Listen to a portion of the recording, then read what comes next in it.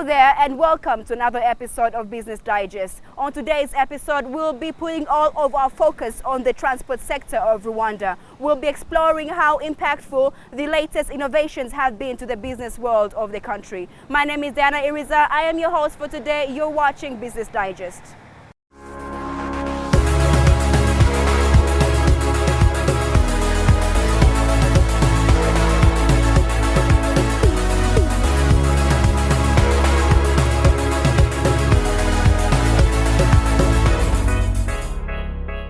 Looking around the world for an opportunity where an electric vehicle could compete directly with a mass market petrol vehicle without any compromises on performance and on price.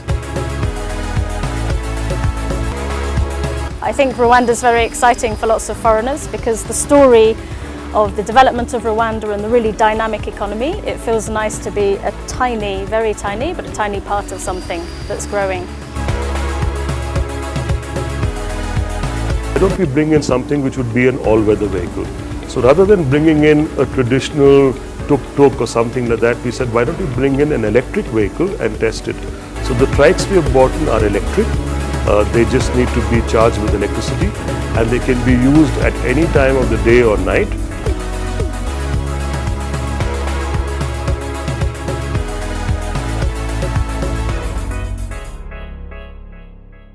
Now, on our next story, our focus will be on electric motorbikes. We'll be talking to one of the business people in the country that are assembling these electric motorbikes to explain to us how the trials are going on so far. It is said that electric motorbikes can generate about 75% of greenhouse gas emissions compared to petrol bikes. Will the electric bikes outperform the petrol bikes? Let's have a look at this story. To fight against the high cost of fuel and pollution, a new initiative known as e-moto is testing the use of electric motorbikes in Rwanda's capital, Kigali. Developed by Ampersand, a US Rwandan electric vehicle company, the project aims to provide a low-cost and an environmentally friendly mode of transport, especially for motorcycle taxi riders. Many Rwandans have increasingly been using motorbikes as taxis to avoid relatively expensive fares. In East Africa alone, more than 3 million people earn their livelihood as motorcycles drivers. According to Ampersand founder and CEO Josh Well, the e-moto will be more efficient and economical for the drivers. There are around 25,000 registered motorcycle taxi operators, according to Rwanda's Taxi Motor Federation. In Kigali, taxi motors are known being involved in many road accidents, but Ampersand claims the electric motorcycle can help reduce the rate of accidents. Although the purchase price of these motos is still high, drivers will save more over time because electric bikes don't have air filters, oil, spark plugs, or use fuel. Plans are in place to launch e-moto throughout Rwanda by late 2019. And joining us now is Joshua Well, the co-founder of Ampersand Electric Motorcycles. We're at the workshop of these motorcycles and he's here and he's going to share with us what's happening in this vehicle workshop and also throw more light on today's topic. Thank you so much for being here. Thank you so much as well. Thanks for the opportunity. Yes. So let us know what inspired you to come up with this idea of setting up electric motorcycles in Rwanda. So we were looking around the world for an opportunity where an electric vehicle could compete directly with a mass market petrol vehicle without any compromises on performance and on price. So what our aim has been is a better, cheaper, more powerful electric vehicle, so that any customer would be silly to buy a petrol vehicle anymore. And what we have here is the successful prototype. We brought out 5 very different vehicles, different motors, and tested them both for performance and for customer preference. So we interviewed motards in Kigali to get their feedback on what they would like to change and which style of vehicle overall they liked best. Great. So how long has the business been running? So we started out quite a long time ago in 2014, looking at different markets, different types of vehicles in different countries and different parts of the world. And in 2016, we really zeroed in on the motor market, particularly in Rwanda. Great. So right now we're standing at the where the motorcycles are being assembled. So let us know what is going on in here. What operations are you carrying out right now? So the motorcycle here is on a machine called a dynamometer, and with this we can measure the performance of the motor. We can measure how much power it's drawing and how efficient it is, and we can test out different types of motor. We can even put a petrol motorcycle on here and compare its performance in a kind of controlled lab environment. So we do these tests to also decide what kind of changes and improvements we can make to improve things like power and efficiency. And meanwhile, we also do tests out on the street in the real world in Kigali under the same driving conditions and driving patterns that motards drive in the real world and with a passenger, of course.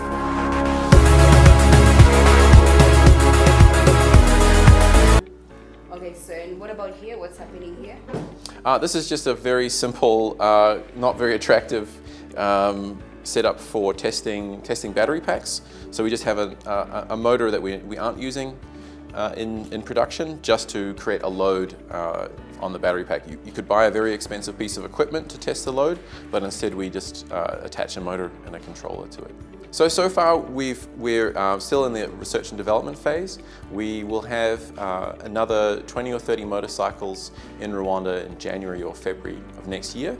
And then after testing, making sure everything is fine, around March next year we hope to have them in the hands of real moto drivers out there. And the impacts for them are going to be savings of anywhere between 30 and should be up to 50% on their current spending on fuel and oil, and additional savings on top for maintenance as well. You see an electric motor is very simple. There's no oil, it's just a simple closed compartment. There's none of the friction and heat that wears out a petrol motorcycle. Great. Let's talk about safety. How safe are these electric motorcycles? If you compare them to the traditional motorcycles that all the motorcyclists are using in the country, as you can see, there's road safety isn't at its high peak in the country. There's still a little bit of, we're struggling here and there. There's a few road accidents due to motorcycles. So how safe are these electric motorcycles? So one thing I can show you is that all our motorcycles have disc brakes. So all our motorcycles have disc brakes, as you can see here. These have much better stopping power than the traditional drum brakes currently used in Rwanda, so the drivers can stop faster. There are also a lot of safety features which we can add on top because it's a remotely monitored, remotely controlled even motorcycle. We can limit the speed around accident areas, say around a school. If the weather's bad, we can limit the speed. We can even work with other companies like Yegomoto or SafeMoto and use their technology to also to improve these quality enhancements. Even if a driver is driving erratically, we can slow them down. If they're driving too aggressively, or if we're worried that maybe they've had too much to drink, we can decelerate or even shut off the motorcycle.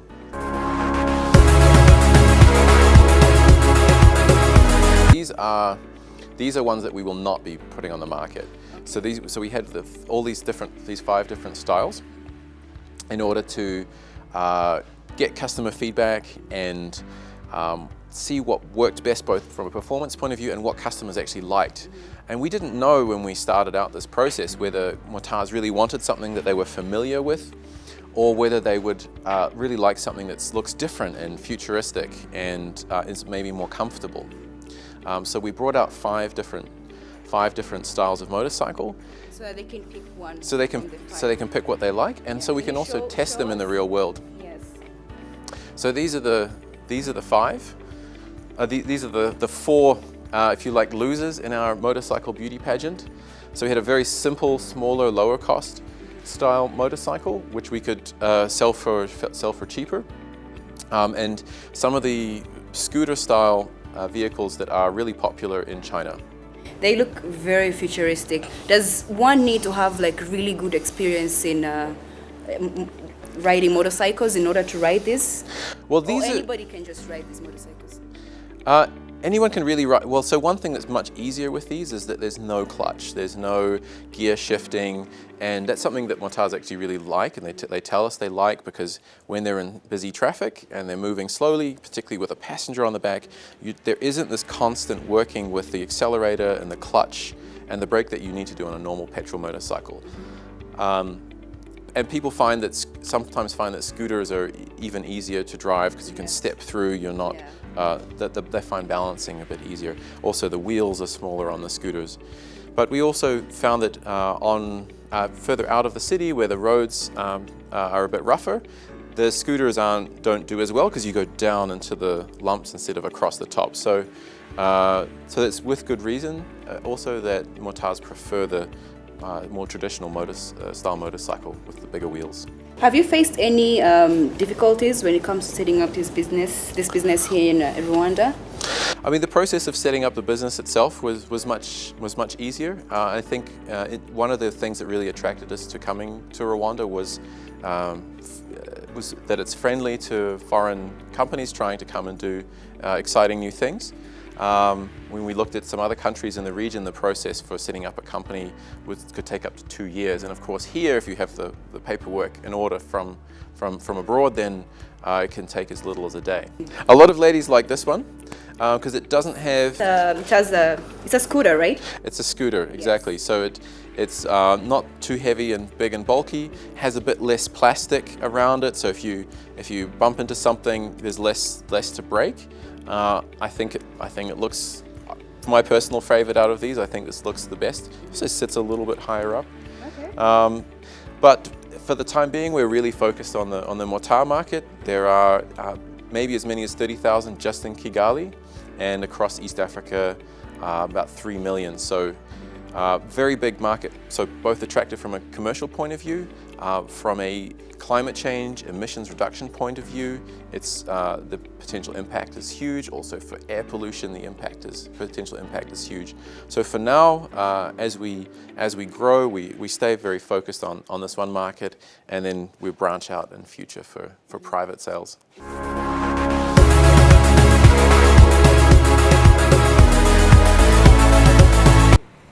Now, cycling into headwinds and uphills has been simplified thanks to electric bicycles. In our next story, we'll be discussing on how the tourism sector can benefit from these electric bicycles. We shall also be discussing with Rwanda's first female mechanic who is assembling electric bicycles to share with us her story. Business Digest got to visit another company that is contributing to the growth of electronic vehicles within the country to share with us their story as Rwanda's first e-bike company to assemble electronic bicycles in the country, and also explain to us the services they provide to tourist cyclists in Rwanda. I take people around the country. I work with Rwandan Adventure. I'm working for Rwandan Adventures for 3 years, and I have been doing cycling and hiking, which makes a great experience to me because I've met so many people from different kinds of countries, and I have come to understand and to see what they like most, and to meet them and learn their culture as well. Many people, and they have already liked our bikes. They are 1 week old, they're still brand new, you can see. And we have been using some other bikes. They are normal bikes, these are e-bikes.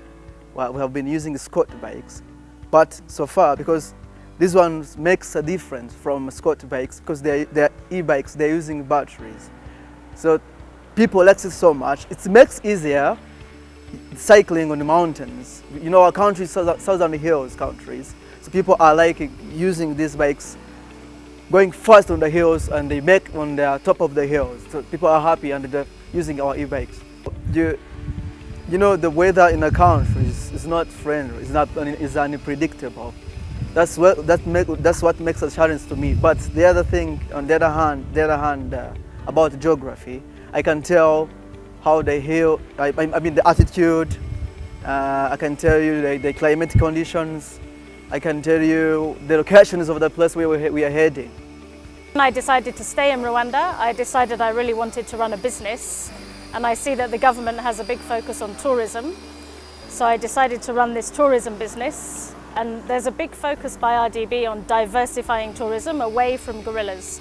So by having mountain bikes, it means that our tourists and our guests can come and they can spend days in Rwanda and they can really get to see rural Rwanda, and they spend their money in small rural places, not just in Kigali, not just with places like the Marriott Hotel, but with small people as well. I think Rwanda is very exciting for lots of foreigners because the story of the development of Rwanda and the really dynamic economy, it feels nice to be a tiny, very tiny, but a tiny part of something that's growing.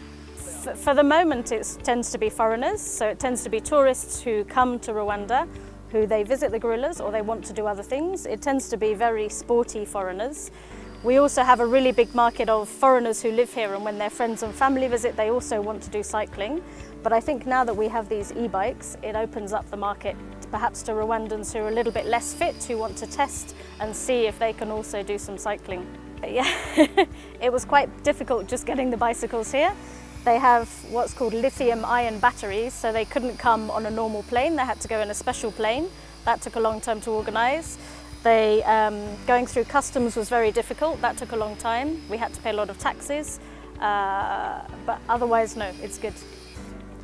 My inspiration is just from when I was a child. I was really like cycling, and also I was studying about motor vehicle mechanics, so it was coming together with bike mechanic also, because I really like bike. I really like cycling. Yeah, I really like to work on bike as bike mechanic. Yeah, I really like to tell all females like cycling, like mechanic, even motor vehicle mechanic, even bike mechanic, to come and study bike mechanic, because I don't like always to hear that only one female bike mechanic in Rwanda. I would like to see more and more females. Yeah, it's not too difficult when you like it, when you love to work for anything. It can be easy to do on it.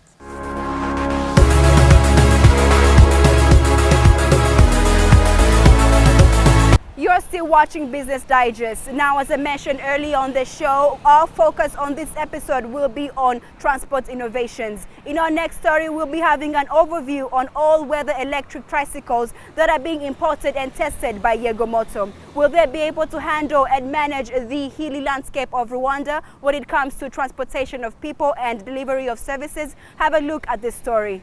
Conventional motorbikes with metal passenger sidebars welded to their sides, electric trikes are one of the many quirky aspects of public life that delight tourists, and for locals, they provide the bulk of public transportation in provincial cities across the country.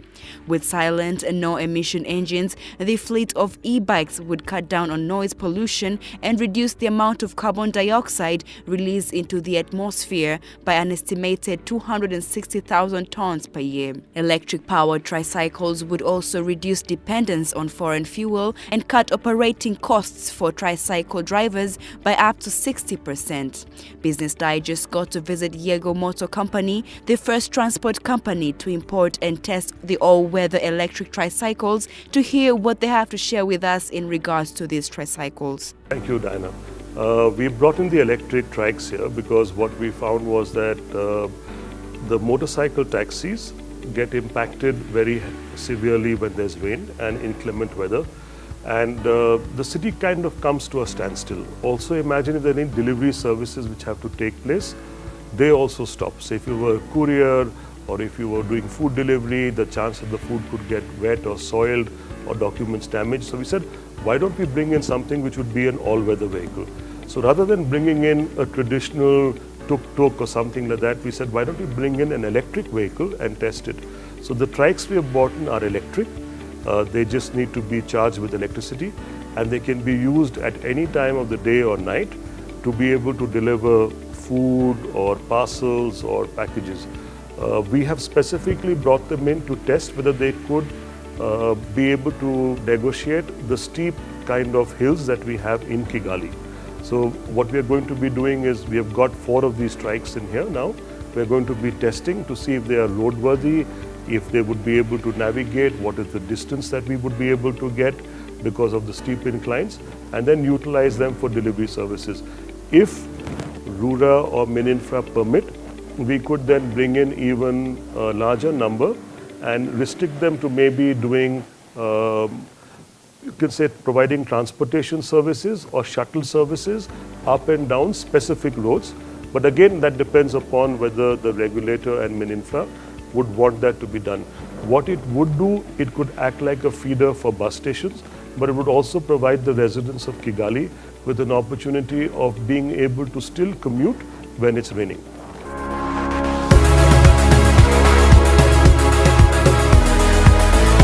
To get electricity at a very low cost, because at night we have excess electricity. But I think because we were bringing in just a few vehicles and the time was short, we were not able to get the exemptions. But we're hoping that as we bring in more and more electric vehicles, we would be able to get the government to come up with a specific tariff for charging at least of these vehicles on a non-peak. As you're probably aware, Rwanda has a unique situation in the sense that we have excess electricity.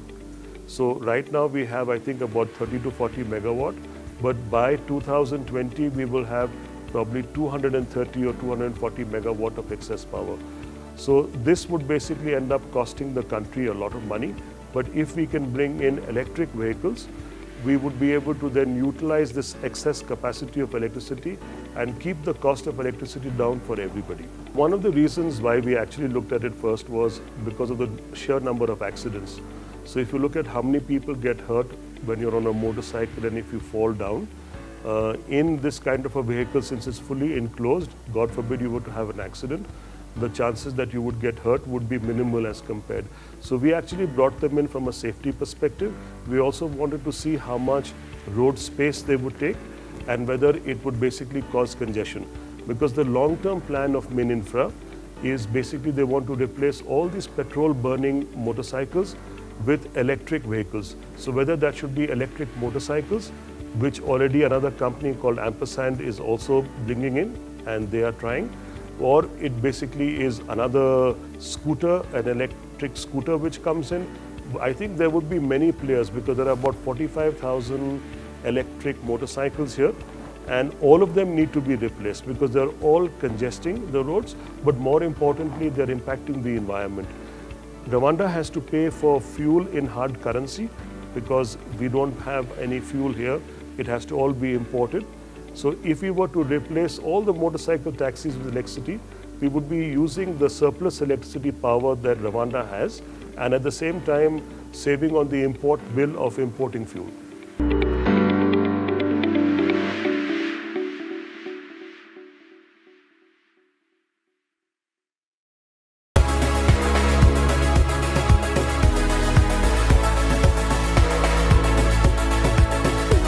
And on today's segment of Market Trends, I'll be bringing you monthly statistics of external trade in goods in September 2018. Looking into the balance of trade, the deficit in the balance of formal trade in goods was US dollars 147.84 million in September 2018, a decrease of 9.93% compared to the previous month of August 2018. Year over year, the formal trade in goods deficit decreased by 29.05% on the deficit of September 2017. Looking into the exports, in September 2018, domestic exports values decreased by 11.28% compared to August 2018 and increased by 24.81% compared to September 2017. And on the imports, in September 2018, total imports values have decreased by 8.82% compared to August 2018 and by 15.85% compared to September 2017. And on the re-exports, in September 2018, re-exports values have increased by 3.84% compared to August 2018 and 14.71% compared to September 2017. The main trading partner countries in September 2018 on the exports, we have the Democratic Republic of Congo, United States, Kenya, Switzerland, Kazakhstan, Singapore, Canada, United Kingdom, China and Hong Kong. The main trading partner countries in September 2018 on the imports, we have China, India, United Arab Emirates, Uganda, Kenya, United Republic of Tanzania, Switzerland, Saudi Arabia, Russia and Japan.